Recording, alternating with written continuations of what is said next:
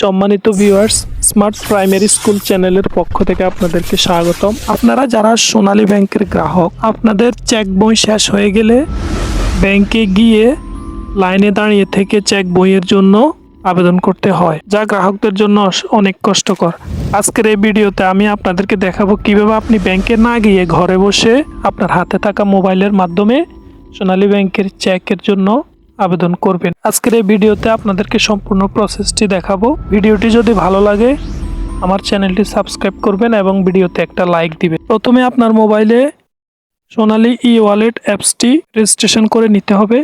কিভাবে রেজিস্ট্রেশন করবেন সেটি জানার জন্য আমার ডেসক্রিপশন বক্সে একটি ভিডিও লিংক দেওয়া আছে, সেটা দেখে নেবেন।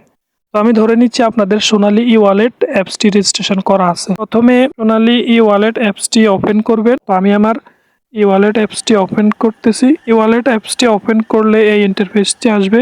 এখান থেকে টু কন্টিনিউ বাটনে ক্লিক করবেন। ক্লিক করলে লগ ইন পেজটি আসবে। এখানে আপনার মোবাইল নাম্বার এবং পিন নাম্বার দিয়ে লগ ইন অপশনে ক্লিক করবেন। আমি আমার পিন নাম্বারটি দিয়ে লগ ইন করছি। লগ ইন করলে আপনাদের সামনে এই ইন্টারফেসটি আসবে।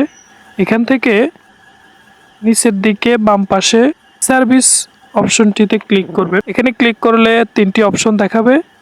মাঝখানে চেকবুক রিকোয়েস্ট এই অপশনটিতে ক্লিক করবেন। এই অপশনটিতে ক্লিক করলে এখানে লেখা আছে dear customer, you already have a chequebook request, book number 1, leaf number 10। অর্থাৎ আমি অলরেডি একটি চেকের জন্য আবেদন করে রেখেছি, একটি বই, সেটি 10 পাতার এবং আমার ব্রাঞ্চের নেম শো করতেছে।